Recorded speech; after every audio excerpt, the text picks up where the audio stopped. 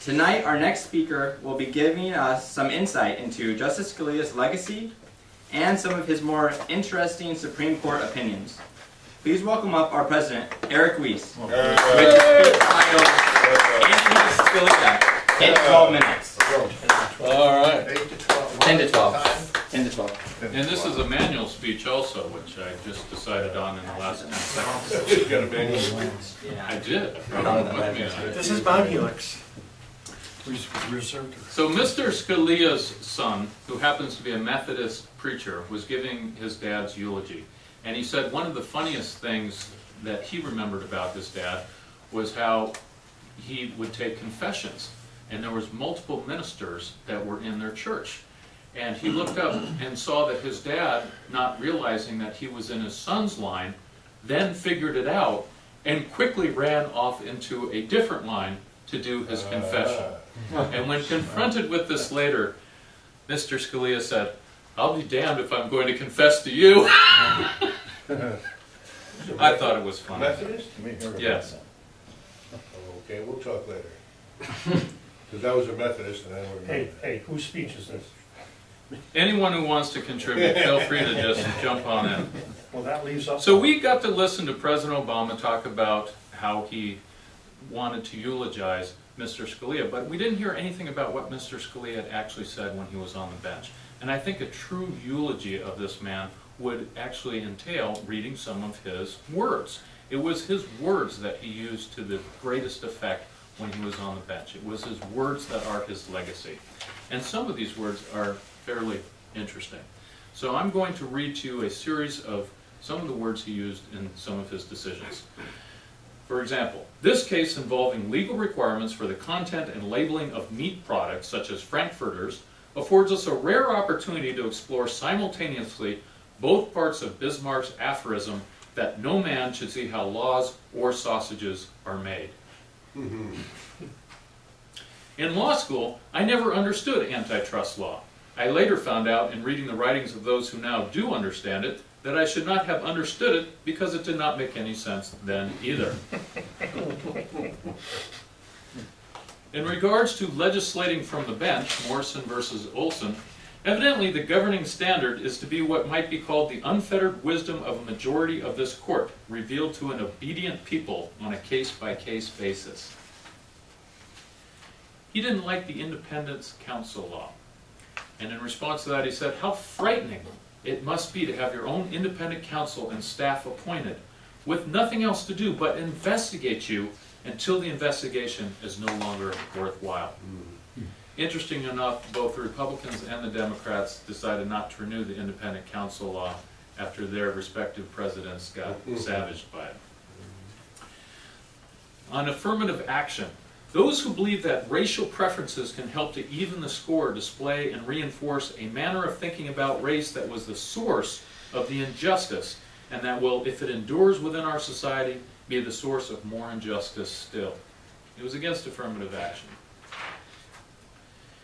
In regards to abortion, he didn't think it was something that the courts should be involved with. They thought the state legislatures should be the one involved.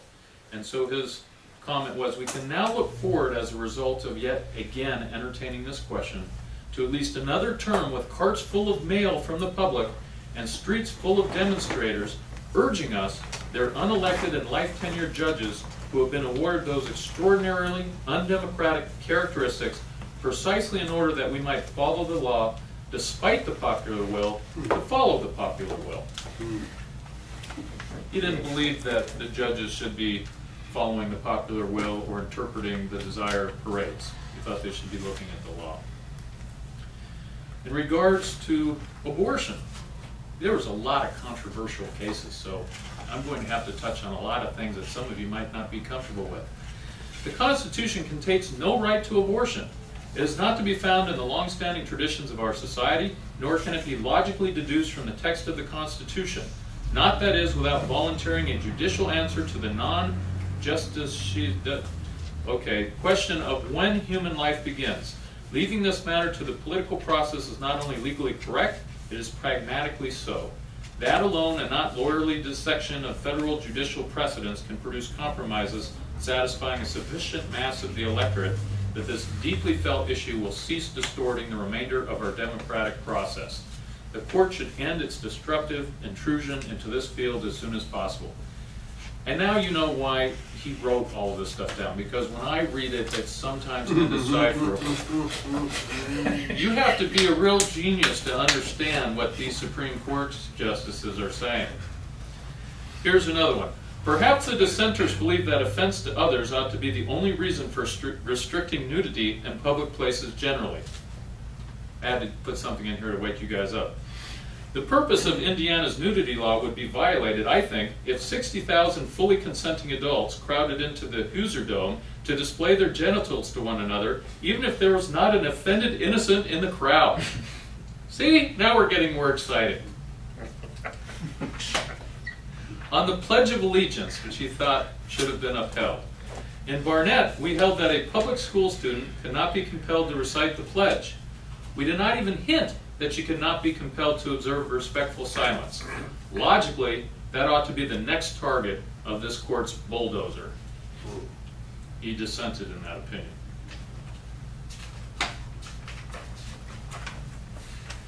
Individuals who have been wronged by unlawful racial discrimination should be made whole. But under our Constitution, there can be no such thing as either a creditor or a debtor race. That concept is alien to the Constitution's focus upon the individual. To pursue the concept of racial entitlement, even for the most admirable and benign of purposes, is to reinforce and preserve for future mischief the way of thinking that produced race slavery, race privilege, and race hatred. In the eyes of government, we are just one race here. It is American. This is a comment upon the entire judicial process in the National Endowment versus the Arts versus Finley. The operation was a success, but the patient died. What such a procedure is to medicine, the court's opinion in this case is to law.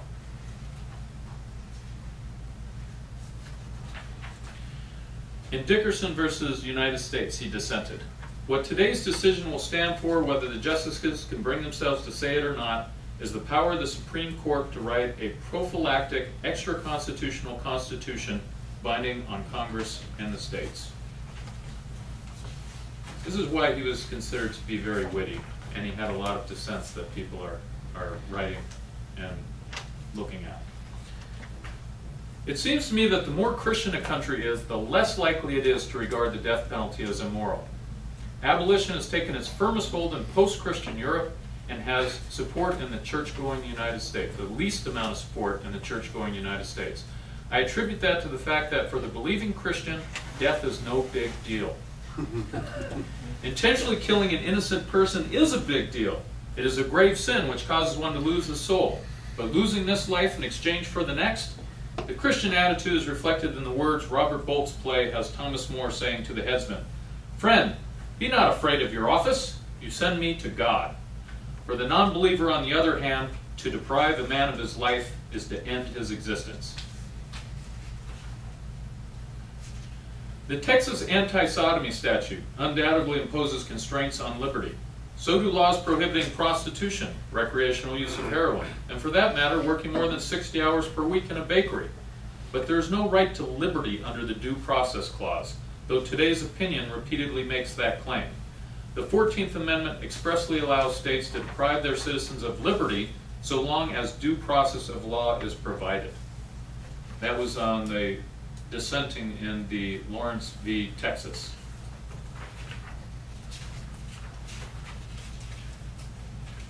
Here's an interesting comment. If you're going to be a good and faithful judge, you have to resign yourself to the fact that you're not always going to like the conclusions you reach. If you like them all the time, you're probably doing something wrong.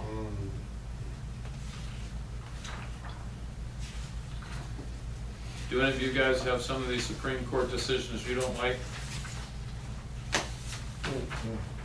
I have, unfortunately, too many of them. Obamacare subsidies from the feds to the states, where they decided that the law didn't mean what was clearly written. Yep. All right. don't invent new minorities. In August 2013, Scalia charged that the High Court was making congressional decisions such as inventing new classes of minorities. Referencing the Supreme Court's decision on gay marriage and benefits for same-sex couples, Scalia said the court's job isn't to create exceptions outside of the Constitution. It's not up to the courts to invent new minorities that get special protections, he said.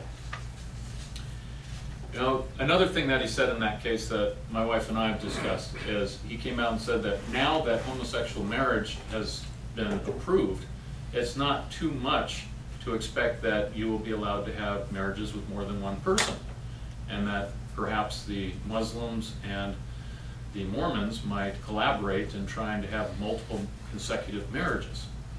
So I approached my wife and said, you know, honey, there might be a silver lining in this whole thing for us. I might end up being legally allowed to have a couple extra women running around the house doing errands for me and special favors. And she said, well, what works for you will work for me. I might be able to have some men who actually go to work and make money instead of writing Toastmaster speeches. I'm liking this woman. Well, that concludes my dissertation on this fabulous hero who died to try and teach us something while he was alive. So let's listen.